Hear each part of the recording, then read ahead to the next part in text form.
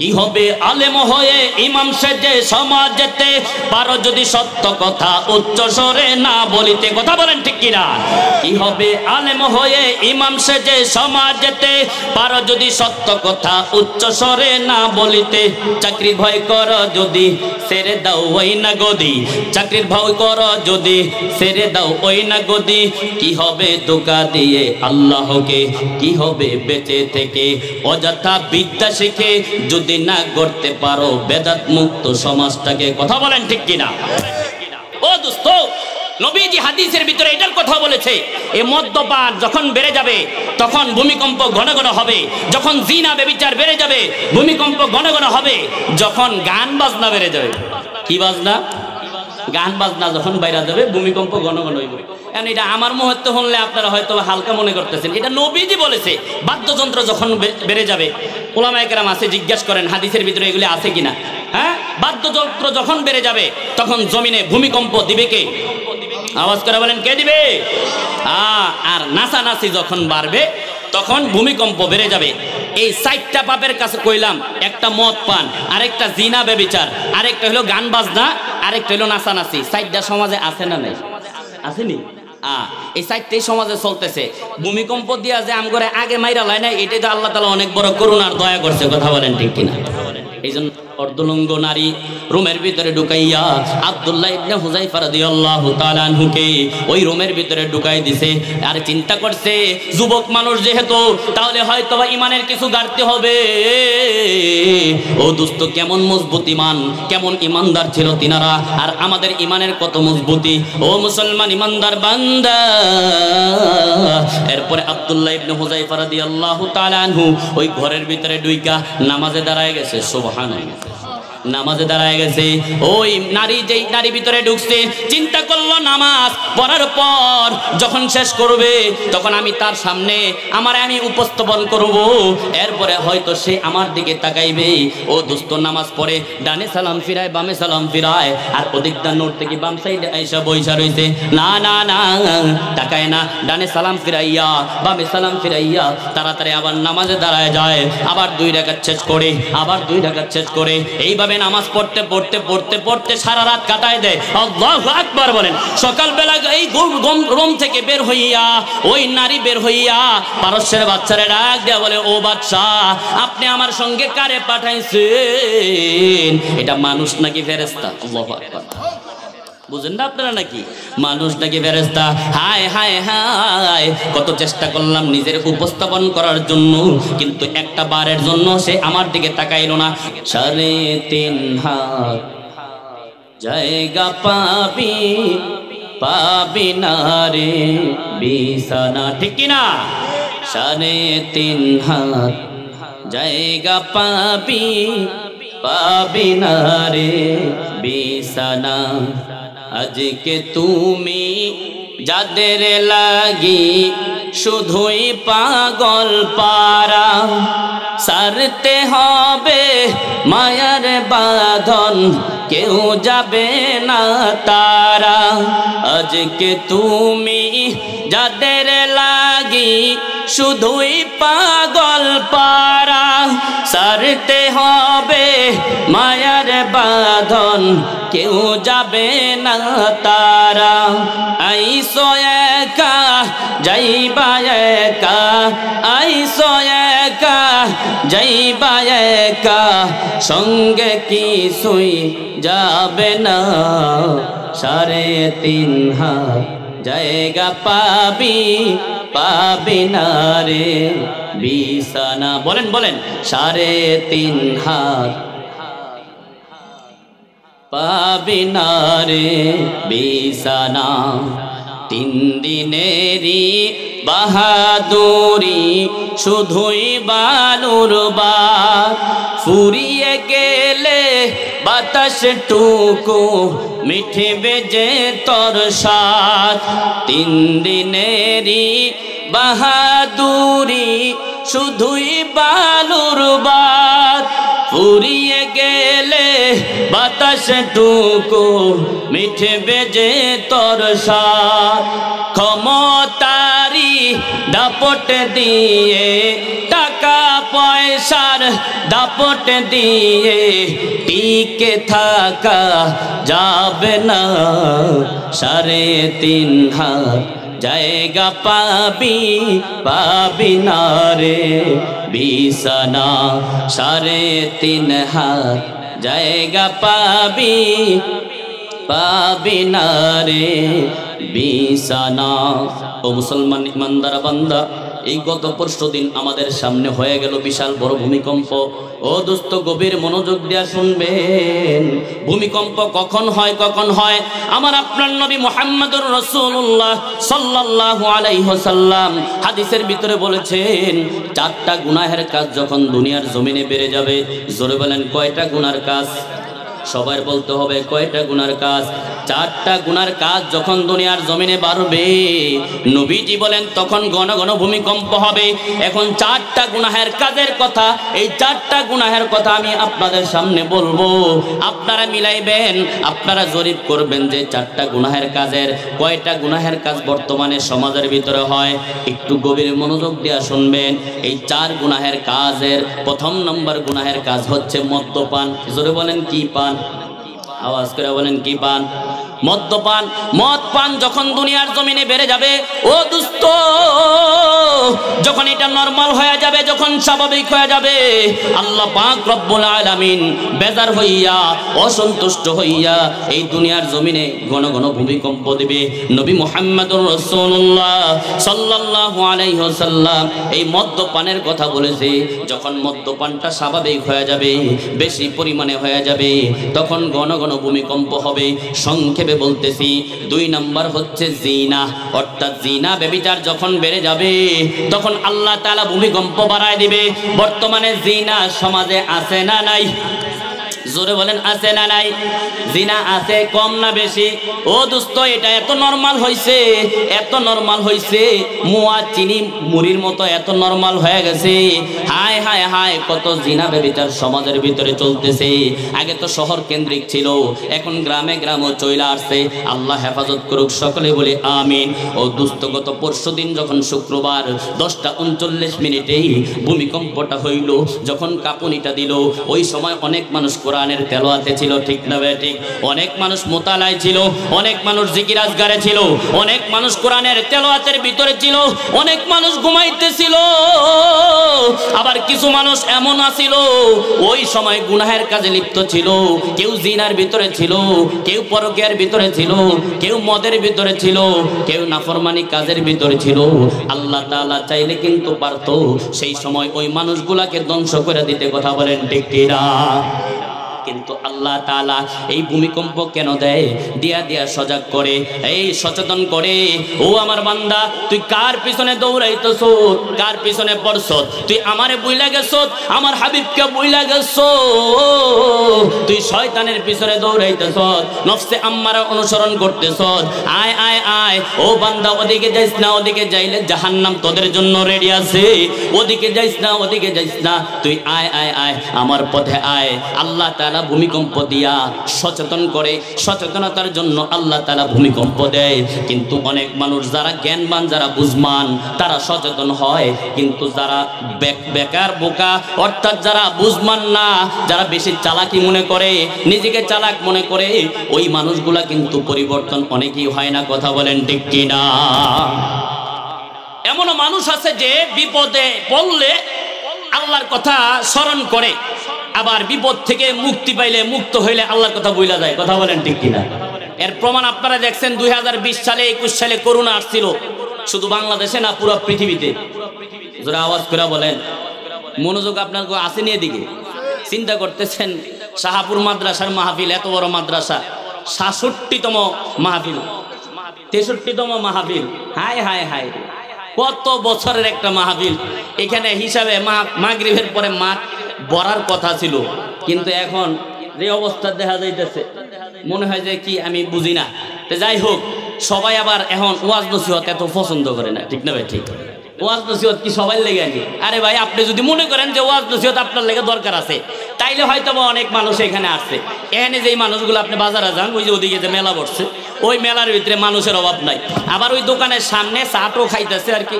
আর যারা কাজে আছে কোনো আপত্তি নেই, সমস্যা নাই। কিন্তু যারা আজাইরা শুধু শুধু খামাখা, কারণ এগুলি ছোট বক্তা পোলাপান এলাকার, আমি কই তো বাইক না, আমি কই তো বাইকটা ওই আর কি কইব, এই ওয়াজ আমাদের জানা আছে, ঠিক না বেটি? এই ওয়াজ তো জানা আছে। কিন্তু ও মামুরা নানারা যারাই আছেন মনে মনে ভাবতেছেন যে এই ওয়াজ আপনাদের জানা আছে, হইতে পারে মুখ দিয়ে এমন কথা আল্লাহ বার করে দিতে পারে যেই কথার দ্বারা আমার নিজেরও পরিবর্তন, আপনাদেরও পরিবর্তন হইতে পারে। কথা বলেন ঠিক কিনা? এই জন্য যারা যদি কাম না থাকে মেহরবানি করে প্যান্ডেলে আয়া কয়েকটা কথাবার্তা শোনেন। বর্তমানে ওয়াজ নসিহত করা অনেক কষ্টের বিষয় হয়ে গেছে। কি লেগে জানেন? কি লেগে জানেন? মানুষে এত সহজে ওয়াজ করে বোঝানো যায় না এখন বর্তমানে। এখন আলহামদুলিল্লাহ সবাই ওয়াজ নসিহত কম বেশি জানে, কেন? ওই যে মোবাইলে ইউটিউবে দেখে তো। যাই হোক, দেখেন কোনো সমস্যা নাই, এটা তো ভালো জিনিস। কিন্তু যদি যেহেতু আয়োজন কইরেই লাইছে শাহপুর মাদ্রাসা কর্তৃপক্ষ, যেহেতু বছরে একটা মাহফিলের আয়োজন করছে, এত সুন্দর প্যান্ডেল, এত সুন্দর লাইটিং, এত সুন্দর মাইকের ব্যবস্থা, এত সুন্দর বিছানার ব্যবস্থা আপনাকে লেগে তো করছে, ঠিক না বেঠিক? কিন্তু কেন খামাখা শুধু শুধু আপনারা এই সময়টাকে অন্য কাজে লাগাইবেন? এই মাহফিলটা কয়দিন ব্যাপী বলেন তো? আগামীকালকে আসেনি? মনে হয় যে গতকালকে মাহফিল শুনতে শুনতে মানুষ, এলাকার মানুষ ক্লান্ত হয়ে গেছে। হ্যাঁ, আগামীকালকেও তো নাই, তাহলে কোন আশায় আসবে? ইনশাল্লাহ চলে আসবে। যাই হোক, এটা আল্লাহ তাআলা যারে তৌফিক দিবে সে একমাত্র দিনের জন্য কবুল হয়। কথা বলেন ঠিক কিনা?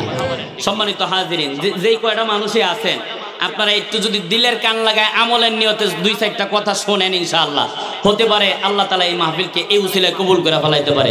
সকলে বলি আমিন। কি বলতেছিলাম মনে আসেনি? যে কয়টা গুনাহের কারণে আল্লাহ তাআলা ভূমিকম্প ঘন ঘন দেয়? কয় গুনাহ? জোরে বলেন, জোরে বলেন, কয়টা গুনাহ? 4টা গুনাহ। 1 নম্বরে কি বললাম? জোরে বলেন। মদ পানটা এত স্বাভাবিক হয়েছে, জানেন কেমন স্বাভাবিক হয়েছে? আপনারা তো মনে মনে চিন্তা করেন যে হুজুরে কইলো আর কি, একটা অনেক স্বাভাবিক হয়েছে। বয়স মাত্র 13 বছর, 13-14 বছর বয়স। আমি ওকে চিনি। আমি জিজ্ঞেস করছি তোরা ঈদের পরের দিন কই গেছিলি? তো করে একজনও দেখলাম না ঈদের পরের দিন, রোজার ঈদের পরে। কারণ সারা মাস রোজা রাখছে। হ্যাঁ, রোজা রাখছে, এরপরে ঈদের দিন একটু আমোদ ফুর্তি করানো লাগবো না? আমোদ ফুর্তিটা যদি ইসলামিক অনুসারে হয় আলহামদুলিল্লাহ কোনো আপত্তি নাই। কিন্তু এটা যদি বেঈমান আর মুশরিক কাফেররা যেই তরিকা শিখাই দিছে ওই তরিকায় যদি আমোদ ফুর্তি করে তাইলে বেজাল আছে না নাই? তাইলে ভূমিকম্প আইবো না? আইতো না? বুঝবেন পরে, ঠেলাটা পরে বোঝা যাবে। হাসরের ময়দানে সব কিছু যখন এইচডি ভাবে দেখাই দিবে। কথা বলেন ঠিক কিনা? 14 বছরের ছেলেরা ডাক দিছে, কিরে তোরে দেখলাম না কালকা, কইছিলি সারাদিন? হুজুর এক জায়গায় গেছিলাম। কই গেছিলি? কয় হুজুর কইলে আপনি আবার কিছু মনে করেন। আমি কই না, মনে করবো না, সত্যটা বলবি কই গেছি। বলে হুজুর আমরা ঈদের আগের দিন থেকে, ঈদের 2-3 দিন আগের দিন থেকেই আমরা একটা করছিলাম, প্ল্যান করছিলাম যে সবাই কিছু কম বেশি টাকা পয়সা দিয়া, এই টাকা দিয়া আমরা চাঁদা উঠা একটা ট্রলার ভাড়া করবো। কি করব? ট্রলার ভাড়া করবো। তো কয়জন কইছিলি? কয় 70 জনের টার্গেট আছিল, কিন্তু হইতে হইতে 110 জন হয়ে গেছে। কয়জন হয়েছে? মানে কত চাহিদা। আনন্দ করবো আর কি, আনন্দ করবো। কারণ মেসেজ শিখাই দিয়েছেন এগুলি, আপনারা এইটাই শিখাইছেন, বুঝান নাই তো। 110 জন হয়ে গেছে। কত করে চাঁদা উঠাইছ? কয় 1000 করে চাঁদা উঠাইছি। তাহলে 1000 করে যদি 110 জনের টাকা দেয় কয় টাকা হয় বলেন তো আপনারা? 1,10,000। আমি কই কি করছ, কেমনে কি করছ? কয় ট্রলার ভাড়া ওই দিনকার জন্য 45,000 টাকা নিছে। কয় হাজার? 45,000 টাকা। 10 কিলোমিটার যায় নাই কিন্তু। ওই যে আপনাদের তুলসীগালি, ওই যে ভাইরাল যে সেতু, এই তুলসীগালির আশেপাশে হয়তো 2-4 কিলোমিটার ঘুরছে। কয় লিটার আর তেল গেছে? 45,000 টাকা। কি ডিমান্ড বড় লাগো। তখন তো তাদেরও সুযোগ আইছে যে এই সুযোগে কামাই লই, কারণ চাহিদার অভাব নেই। 45,000 টাকা ট্রলার ভাড়া করছে। আর আপনারা কি আমার কথা বুঝতেছেন? বেজার হইতেছেন আপনারা? আরে হক কথাটা যদি হুজুর মানুষ হিসাবে না কইতারি তাইলে আর কি আর ওয়াজ করুম কোন? তো খালি কি আপনাকে দিকে তাকায়া, আপনাকে চেহারার দিকে তাকায় মায়া করে করে খালি যেই কথা আপনাকে উপরে না যায় এগুলি কইলে আমার জিহ্বা আল্লাহ তাআলা কাল হাসরের ময়দানে কাটবে। কথা বলেন ঠিক কিনা? এজন্য সঠিক কথা বলতে হবে। কি হবে আলেম হয়ে ইমাম সেজে সমাজেতে, পারো যদি সত্য কথা উচ্চ স্বরে না বলিতে। কথা বলেন ঠিক কিনা? কি হবে আলেম হয়ে ইমাম সেজে সমাজেতে, পারো যদি সত্য কথা উচ্চ স্বরে না বলিতে। চাকরি ভয় কর যদি ছেড়ে দাও ওই না গদি, চাকরির ভাও করো যদি ছেড়ে দাও ওই না গদি, কি হবে ধোঁকা দিয়ে আল্লাহকে, কি হবে বেঁচে থেকে অযথা বিদ্যা শিখে যদি না করতে পারো বেদাত মুক্ত সমাজটাকে। কথা বলেন ঠিক কিনা? তখন আমি জিজ্ঞেস করলাম যে তাইলে ৪৫,০০০ টাকা গেল ওদিকে, আর বাকি টাকা কেমনে কি করছ? বলে এক ডেক বিরিয়ানি রানছি। কয় টাকা? কত জানি বললো ২৫,০০০ না কত জানি, বাকি আছে কত? তাহলে এদিক দিয়ে গেল ৪৫ আর ২৫ যোগ করলে কত হয়? হ্যাঁ ৭০ হয়। আর বাকি থাকে কত? আরো ৪০,০০০। ওই ৪০,০০০ কি করছো রে? পরে ওই ৪০,০০০ বলছে হুজুর এই যে ২০,০০০ টাকা হইলো ওডি ঝিকিমিকি আছে না, আরে কি বলে ঢাকার থেকে যে আনে সাউন্ড সিস্টেম যেগুলি, এখন এগুলি বাজারের ডি চলে না, রামের গান্ধার ডিও চলে না, রুহিতপুরের ডিও চলে না, এগুলি একেবারে দূরে থেকে ঢাকার থেকে শহর থেকে আনে ডিজে পার্টি করার জন্য। বক্স আগে ২টা মোটামুটি লাগাইতো, এখন ৪টা ৮টা লাগায়া যতগুলা বোর্ডের ভিতরে আনে অতগুলা বক্স লইছে। ওইগুলো হইলো কত? ২০,০০০ টাকা। আর বাকি টাকা কি করছো? হাসার তো সত্য কথা কবি, বাকি টাকা কি করছো? বলে হুজুর ওইটা কম যেত না। কি কম যেত না? তুই কবি মসজিদের সামনে খাড়ায় রইছ, আল্লাহ দেখতেছে, তুই অক্ষণে কবি তাড়াতাড়ি ক। তখন কয় হুজুর ওডিদা কিছু পানির ব্যবস্থা করছে। নাউজুবিল্লাহ। কি পানি? গাঙ্গের নদীর পানি নাকি টিউবওয়েলের পানি? পানির ব্যবস্থা করছে শখ করে, বয়স ১৪ বছর। বয়স ১৪ বছর শখ করে পানির ব্যবস্থা করে করে তোর না তো এখনই শেষ করে দিতেছ, বাকি দিন তো পড়ে রয়েছে। ও দোস্ত, নবীজি হাদিসের ভিতরে এটার কথা বলেছে, এই মদ্যপান যখন বেড়ে যাবে তখন ভূমিকম্প ঘন ঘন হবে, যখন জিনা ব্যভিচার বেড়ে যাবে ভূমিকম্প ঘন ঘন হবে, যখন গান বাজনা বেড়ে যাবে। কি বাজনা? গান বাজনা যখন বাইরে যাবে ভূমিকম্প ঘন ঘন হইবে। কারণ এটা আমার মুহূর্তে শুনলে আপনারা হয়তো হালকা মনে করতেছেন, এটা নবীজি বলেছে। বাদ্যযন্ত্র যখন বেড়ে যাবে, ওলামায়ে কেরাম আছে জিজ্ঞেস করেন হাদিসের ভিতরে এগুলি আছে কিনা। হ্যাঁ, বাদ্যযন্ত্র যখন বেড়ে যাবে তখন জমিনে ভূমিকম্প দিবে কে? আওয়াজ করে বলেন কে দিবে? আর নাচানাচি যখন বাড়বে তখন ভূমিকম্প বেড়ে যাবে। এই ৪টা পাপের কাছে কইলাম, একটা মদ পান, আরেকটা জিনা ব্যভিচার, আরেকটা হলো গান বাজনা, আরেকটা হলো নাচানাচি। ৪টা সমাজে আছে না নাই? আসেনি? এই ৪টাই সমাজে চলতেছে।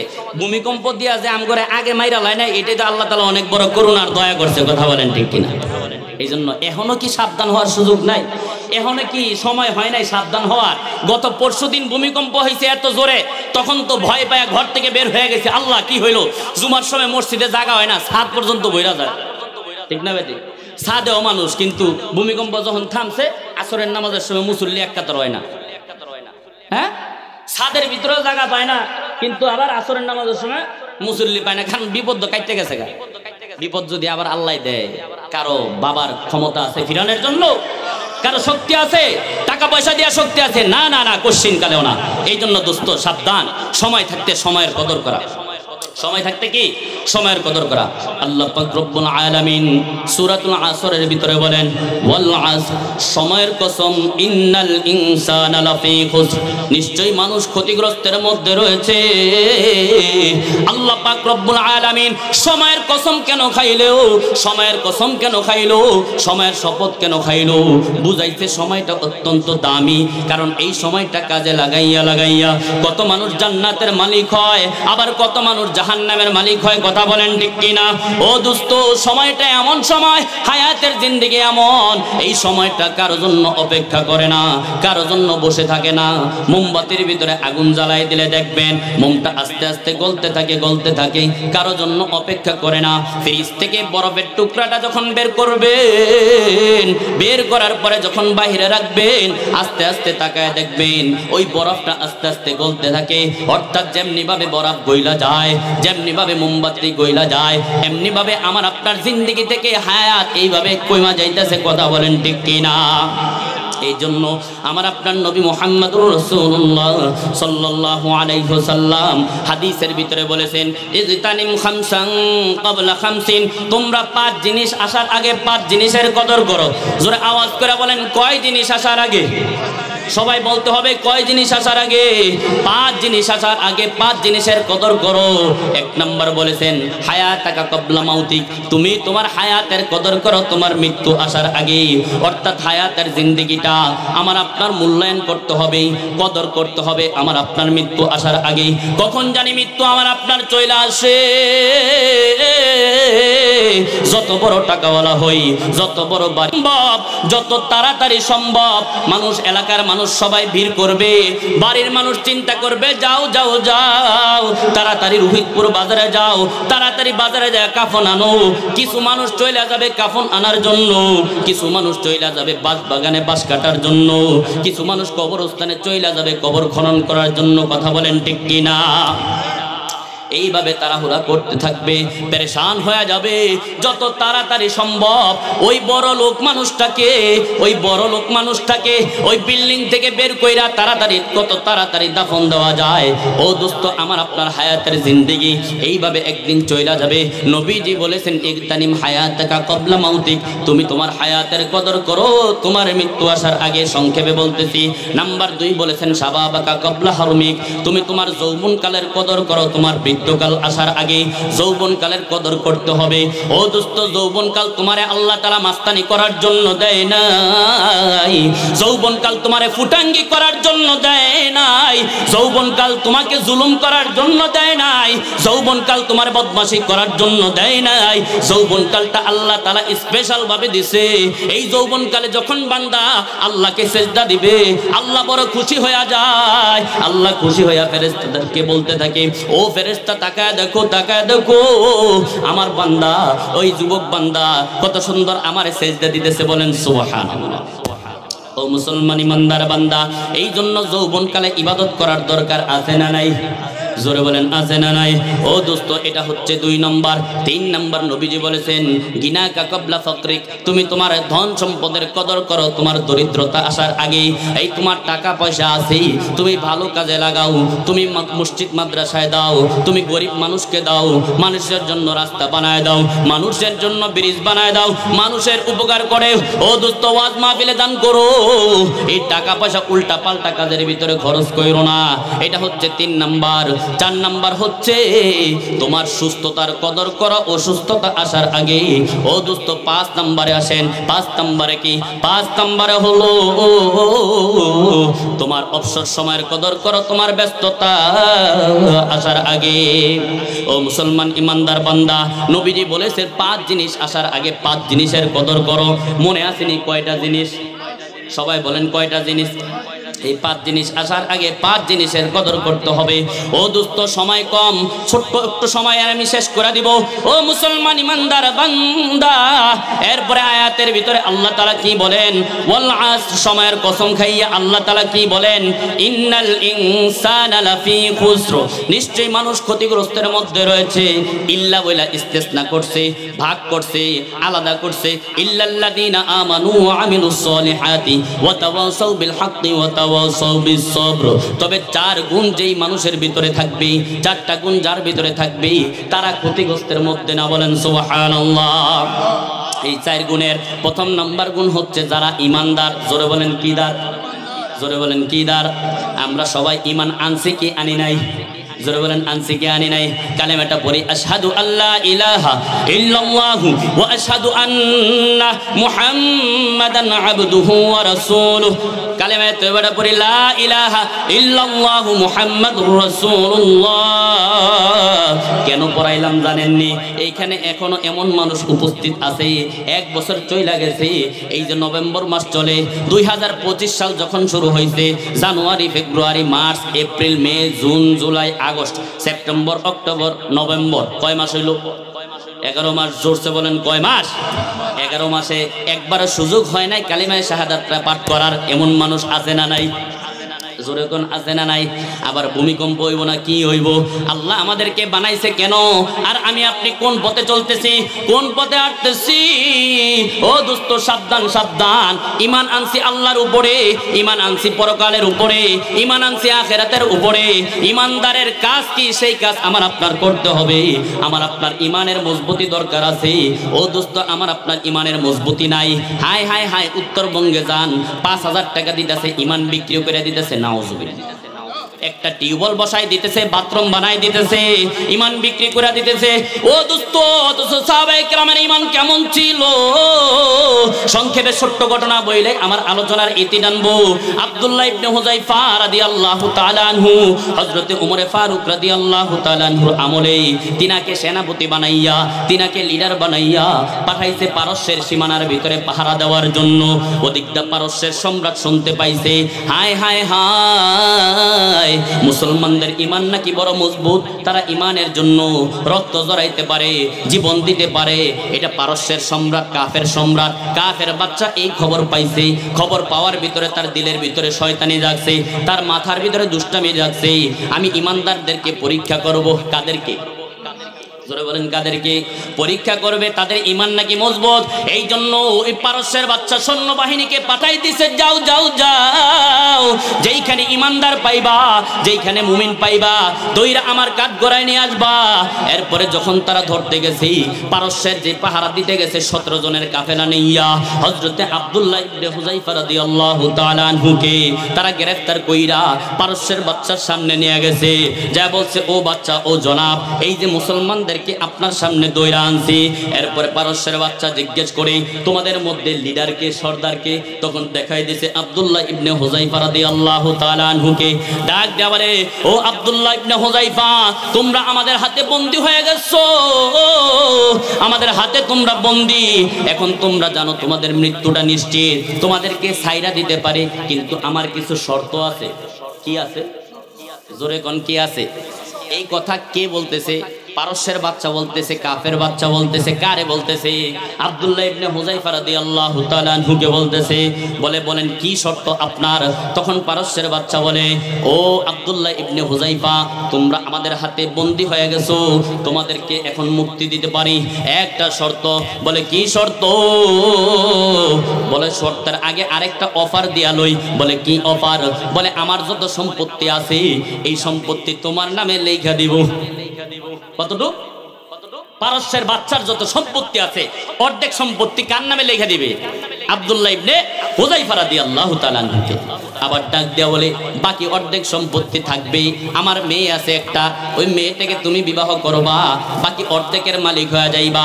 অর্থাৎ পুরা পারস্য জগতে, অর্থাৎ আমার যত সম্পত্তি আছে সমস্ত সম্পত্তির মালিক তুমি হয়ে যাইবা।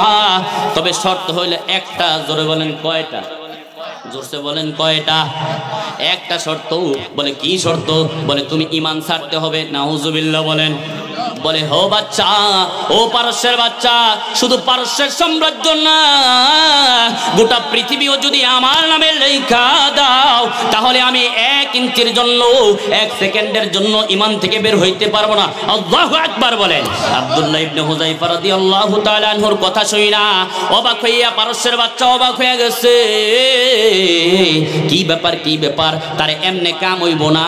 আরে উপদেষ্টাদেরকে ডাকাইছে, ডাক দিয়া বলে, কি ব্যাপার? তারে তো খুব শক্ত মজবুত ভাবে ধরছি, কিন্তু এরপরেও পারলাম না, নতুন কোনো পরামর্শ থাকলে দাও। তখন পরামর্শে আসলো যে তাকে যৌবতে একজন মাইয়া দিয়া পরীক্ষা করা দরকার। এরপরে একটা রুম বানাইলো, অর্থাৎ রুম রেডি করলো। ওই রুমের ভিতরে একটা নর্তকী ভিতরে ঢুকাই দিছে। ঢুকাই দেওয়ার পর এরপরে আব্দুল্লাহ ইবনে হুযায়ফা রাদিয়াল্লাহু তাআলা আনহুকে ওই রুমের ভিতরে ঢুকাই দিছে। নাউজুবিল্লাহ। অর্ধলঙ্গ নারী রুমের ভিতরে ঢুকাইয়া আব্দুল্লাহ ইবনে হুযায়ফা রাদিয়াল্লাহু তাআলা আনহুকে ওই রুমের ভিতরে ঢুকাই দিছে। আর চিন্তা করছে, যুবক মানুষ যেহেতু, তাহলে হয়তো বা ঈমানের কিছু গাড়তে হবে। ও দোস্ত, কেমন মজবুত ঈমান, কেমন ঈমানদার ছিল তিনারা, আর আমাদের ঈমানের কত মজবুতি। ও মুসলমান ঈমানদার বান্দা। এরপরে আব্দুল্লাহ ইবনে হুযায়ফা রাদিয়াল্লাহু তাআলা আনহু ওই ঘরের ভিতরে ঢুইকা নামাজে দাঁড়ায় গেছে। সুবহানাল্লাহ। নামাজে দাঁড়ায় গেছে। ওই নারী যেই নারী ভিতরে ঢুকছে চিন্তা করলো নামাজ পড়ার পর যখন শেষ করবে তখন আমি তার সামনে আমি উপস্থাপন করব, এরপরে হয়তো সে আমার দিকে তাকাইবে। ও দোস্ত নামাজ পড়ে ডানে সালাম ফিরায় বামে সালাম ফিরায়, আর ওদিকটা নোট থেকে বাম সাইডে আইসা বইসা রইছে, না না না তাকায় না, ডানে সালাম ফিরাইয়া বামে সালাম ফিরাইয়া তাড়াতাড়ি আবার নামাজে দাঁড়ায় যায়, আবার 2 রাকাত শেষ করে আবার 2 রাকাত শেষ করে এইভাবে নামাজ পড়তে পড়তে পড়তে পড়তে সারা রাত কাটায় দেয়। আল্লাহু আকবার বলেন। সকালবেলা এই রুম থেকে বের হইয়া ওই নারী বের হইয়া পারস্যের বাচ্চারে ডাক দেয়া বলে, ও বাচ্চা আপনি আমার সঙ্গে কারে পাঠাইছেন? এটা মানুষ নাকি ফেরেশতা? আল্লাহু আকবার। বুঝেন না আপনারা নাকি মানুষ নাকি ফেরেশতা? হায় হায় হায়, কত চেষ্টা করলাম নিজের উপস্থাপন করার জন্য, কিন্তু একটা বারের জন্য সে আমার দিকে তাকাইলো না। 2 মিনিটে আমার আলোচনা শেষ করব ইনশাআল্লাহ। ও মুসলমান ইমানদার বান্দা, এরপরে আবার নতুন কোনো বুদ্ধি পরামর্শ করা দরকার। উপদেষ্টাদেরকে ডাকাইছে বলে, আসেন তাড়াতাড়ি আসেন, আবার নতুন বুদ্ধি দাও। তখন পরামর্শ দিল যে ফাঁসির মঞ্চ তৈরি করো 17 জনের জন্য 17টা। এরপরে ফাঁসির মঞ্চ তৈরি করছে 17 জনের জন্য 17টা, প্রত্যেকটার সামনে প্রত্যেকটারে দাঁড় করাইছে। আর মনে মনে এরকম ভাবে পারস্যের বাচ্চা চিন্তা করতেছে এবার মনে হয় কাজে দিবে, এবার মনে ভয় পাবে। না না না, পারস্যের বাচ্চার চেহারার দিকে তাকাইয়া আব্দুল্লাহ ইবনে হুযায়ফা রাদিয়াল্লাহু তাআলা আনহু মুস্কি মুস্কি হাসে। আল্লাহু আকবার বলেন। মুস্কি মুস্কি যখন হাসে পারস্যের বাচ্চার মাইন্ডে লাগছে, হায় হায় হায়, আমি এত বড় বাচ্চা, আমার এত ক্ষমতা, আমার এত শক্তি, সে ওইখানে দাঁড়াইয়া টিটকারি মূলকভাবে আমার দিকে তাকাইয়া হাসলো। না না না, তোরে ফাঁসি দেওয়া যাবে না, তোদেরকে নতুন কায়দায় আমি মারতে হবে। এরপরে কি করলো এই পারস্যের বাচ্চা? আবার আদেশ করলো, যাও যাও যাও, তাড়াতাড়ি একটা বড় চুলা বানাও, ওই চুলার ভিতরে কড়াইয়া বসাও, কড়াইয়ের ভিতরে মনের মন তেল ঢালো, এই তেল গরম করো, ওই গরম তেলের ভিতরে তাদেরকে আমি বিরণ করে দিব। পারস্যের বাচ্চা এই বুদ্ধি করলো। ও দোস্ত গভীর মনোযোগ দিয়া শুনবেন, তাদেরও ঈমান আর আমাদেরও ঈমান। ও দোস্ত, এরপরে পারস্যের বাচ্চা ওই গরম তেলের চার কিনার দেয়া চতুর সাইড দিয়া ওই 17 জনকে দাঁড় করাইছে। 17 জনকে দাঁড় করানোর পরে আব্দুল্লাহ ইবনে হুযায়ফা রাদিয়াল্লাহু তাআলা আনহুর দিকে তাকায়। এরপরে কি করে একজন সেই সৈন্য থেকে 17 জন থেকে একজনকে ওই তেলের ভিতরে ছাইরা দিতে ভয় পাওয়ানোর জন্য। এরপরে যখন তেলের ভিতরে ছাইরা দিছে আব্দুল্লাহ ইবনে হুযায়ফা রাদিয়াল্লাহু তাআলা আনহুর চোখের ভিতরে পানি চলে আসছে, গড়গড়ায় পানি পড়ে। এরপরে সে পারস্যের বাচ্চা চিন্তা করলো এবার বুঝি কাজে আসছে। না না না, কাজে আসে নাই। পারস্যের বাচ্চা ডাক দেয়া বলে, ও আব্দুল্লাহ ইবনে হুযায়ফা, তুমি রাজি হইবা, আগে রাজি হয়ে যাইতা, তাহলে তোমার ওই ভাইটা বেঁচে যাইতো। তুমি কেন এই কাজটা করলা? রাজি তো হইলা, তুমি শেষে রাজি হইলা। পারস্যের বাচ্চার এই কথা শুই না আব্দুল্লাহ ইবনে হুযায়ফা রাদিয়াল্লাহু তাআলা আনহু বলে, ও পারস্যের বাচ্চা, তুমি যা ভাবতেছো তা না, কারণ আমার আগে যারে তুমি শহীদ করছো, আমার আগে যারে তুমি তেলের ভিতরে ছাড়ছো, ওর সাথে আমার সাথে অনেক দিন যাবত আমলের প্রতিযোগিতা চলতেছিল। বলেন সুবহানাল্লাহ। কিসের প্রতিযোগিতা? আমলের প্রতিযোগিতা। আমি 4 রাকাত নফল নামাজ পড়লে হয় 8 রাকাত পড়ছে, সে 2টা রোজা রাখলে আমি 4টা রোজা রাখছি। আমলের প্রতিযোগিতা চলতেছিল, কিন্তু জীবনের সর্বশেষ আমলটা তুমি আমারে না জিতাইয়া ওরে জিতাই দিলা। আল্লাহু আকবার বলেন। বলতেছে, কান্না করতেছি, চোখের ভিতরে পানি আসছে, এই জন্য হায় হায় হায়, এমন একটা সুযোগ আসছে আল্লাহর রাস্তায় জান শহীদ করার জন্য। আমি কান্না করতেছি, আমার আগে তারে শেষ করলা, শহীদ করলা, আমার আগে তাকে আল্লাহর কাছে পাঠাই দিলা। আমি কান্না করতেছি, আল্লাহ তাআলা আমারে একটা শুধু জান দিছে, আমার শরীরের পশম পরিমাণও যদি জান থাকতো তাহলে এই প্রত্যেকটা জানই আমি আল্লাহর রাস্তায় শহীদ করে দিতাম। বলেন সুবহানাল্লাহ।